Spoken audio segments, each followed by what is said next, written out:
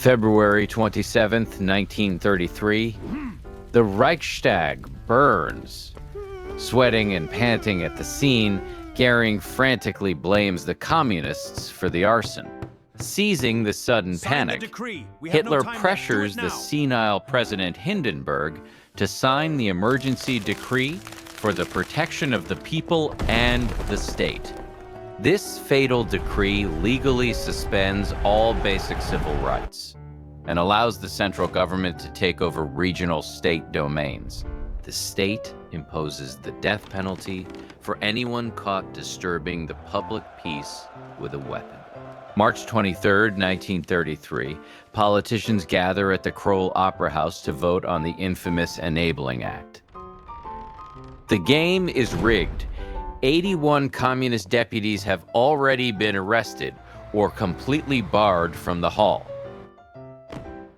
Lines of menacing SA brown shirts occupy the aisles, physically intimidating the remaining politicians as they cast their votes.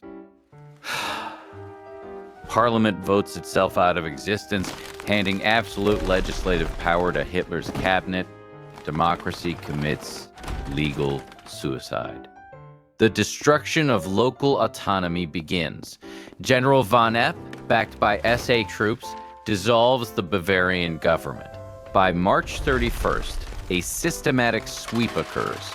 All state parliaments across the nation are dissolved by central decree.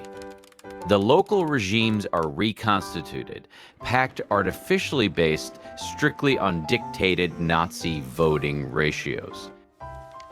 On April 7th, Hitler appoints Nazi Reich governors to completely dictate and control all state policies. May 1st, 1933, in a display of supreme hypocrisy, Hitler declares May Day a national labor holiday. The very next morning, the trap snaps shut. SA and SS troops launch synchronized raids on trade union headquarters. Union funds are confiscated, and prominent leaders like Theodor Leipark are thrown directly into concentration camps. Dr. Robert Ley establishes the Nazi-controlled German Labor Front, locking the entire working class under party rule. June 22, 1933. The elimination of political rivals accelerates as the Social Democratic Party is officially banned. By June 29th, the terrified nationalists dissolve themselves. On July 14th, the NSDAP becomes the only legal party. September 22nd, 1933, Joseph Goebbels establishes the Reich Chamber of Culture to legally dictate all art and music.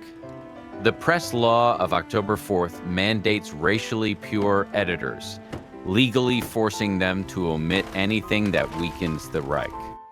The law completely suffocates the media, granting the central leadership total power to dictate who can participate in public journalism. Editors are legally forced to entirely omit or alter any report that potentially weakens the strength of the central regime. The nature of detention camps undergoes a massive shift. Originally, the early centers were chaotic holding spaces managed loosely by the SA. After 1934, Himmler centralizes control, transferring the entire system to the highly disciplined and black uniformed SS units. These specialized guard units operate with a chilling, clockwork, bureaucratic precision, establishing strict and unyielding routines.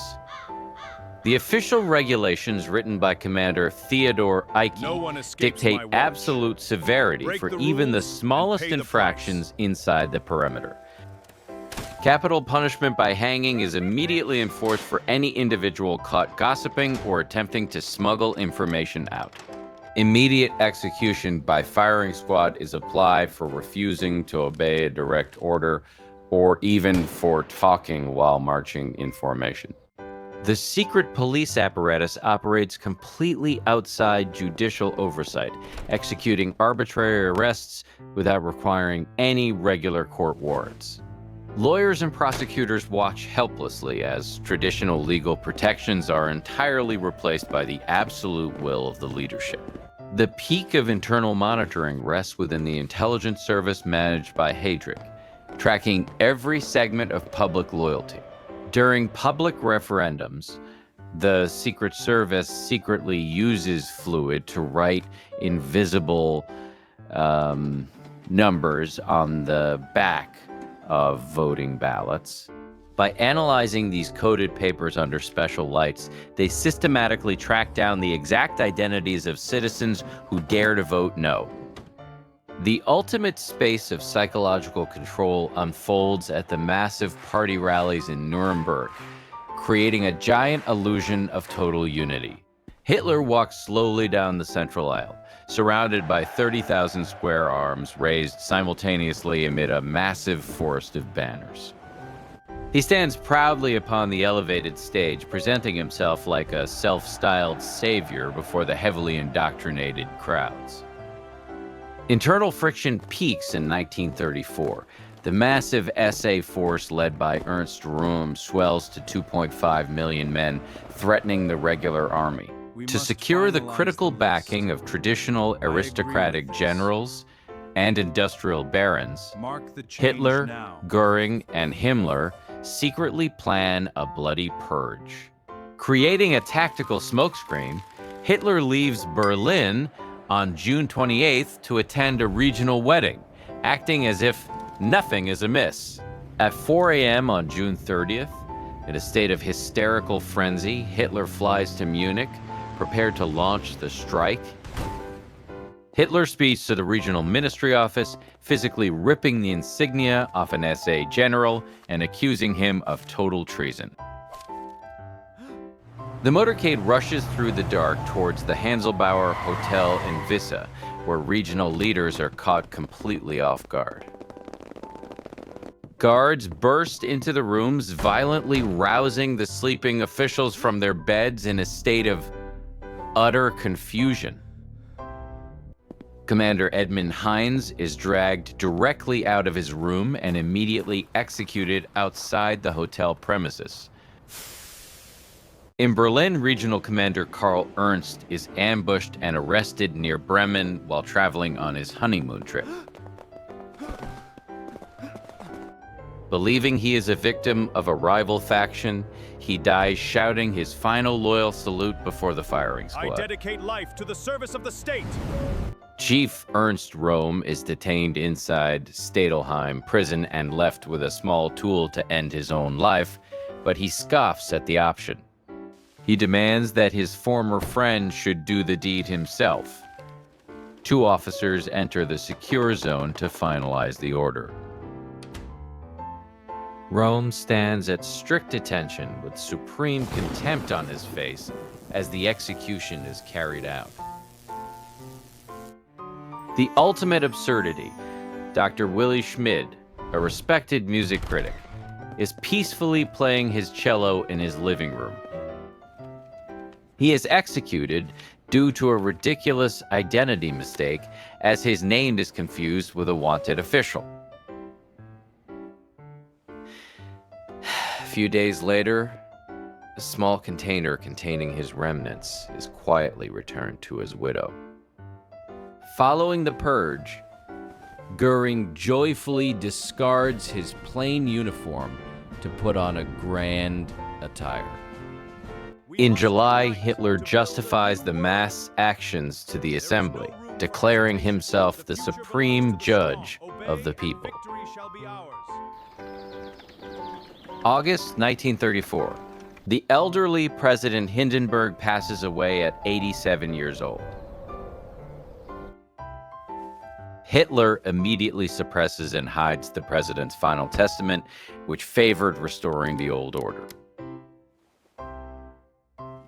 That very afternoon, he merges the roles of president and chancellor, officially claiming the title of leader.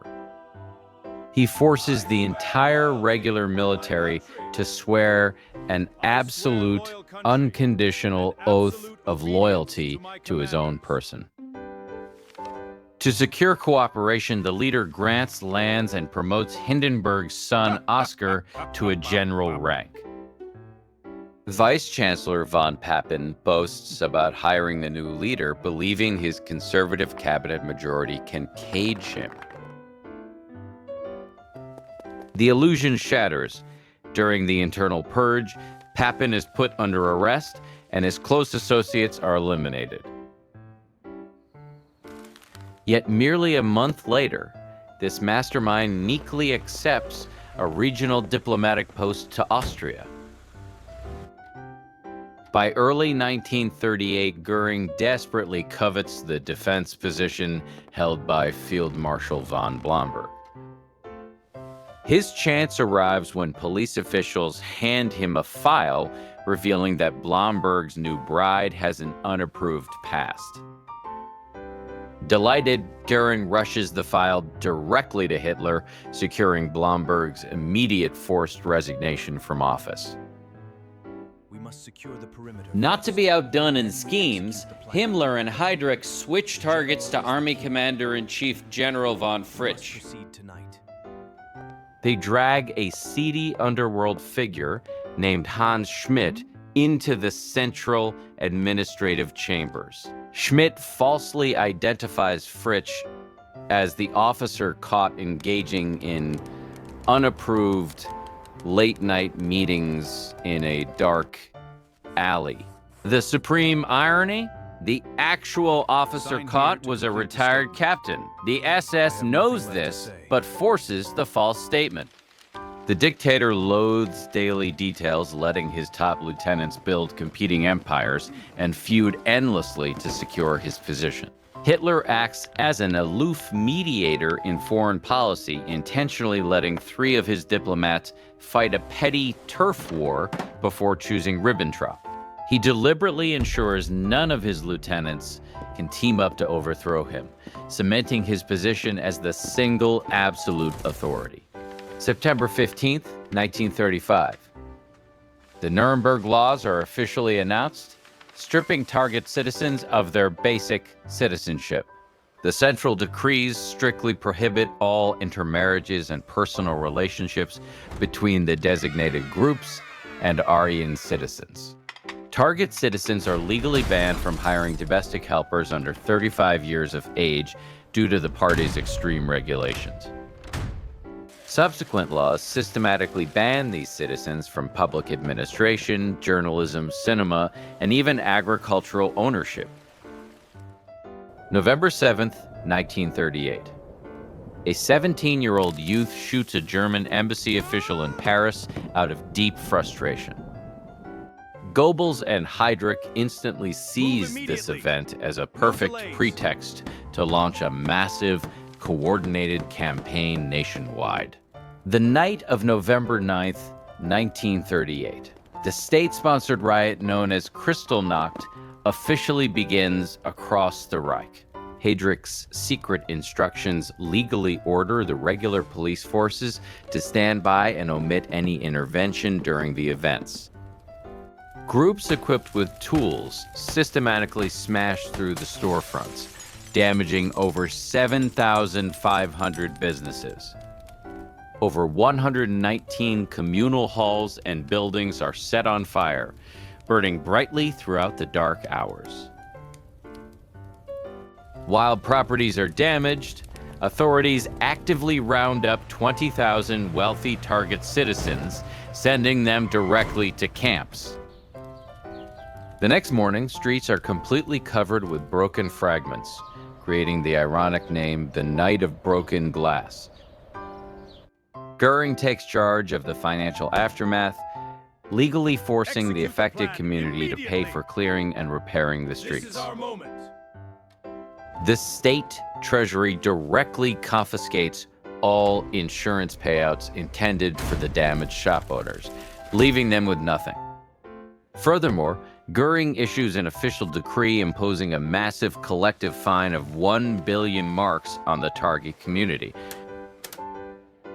When a foreign official warns him about international opinion, Goering, furious, shouts, "That is a land of gangsters." By 1938, the country is completely turned into a massive prison managed by a complex network of bureaucratic police layers. The video closes as Goebbels' diary pages unfold, declaring that the dark transformation has officially achieved total victory.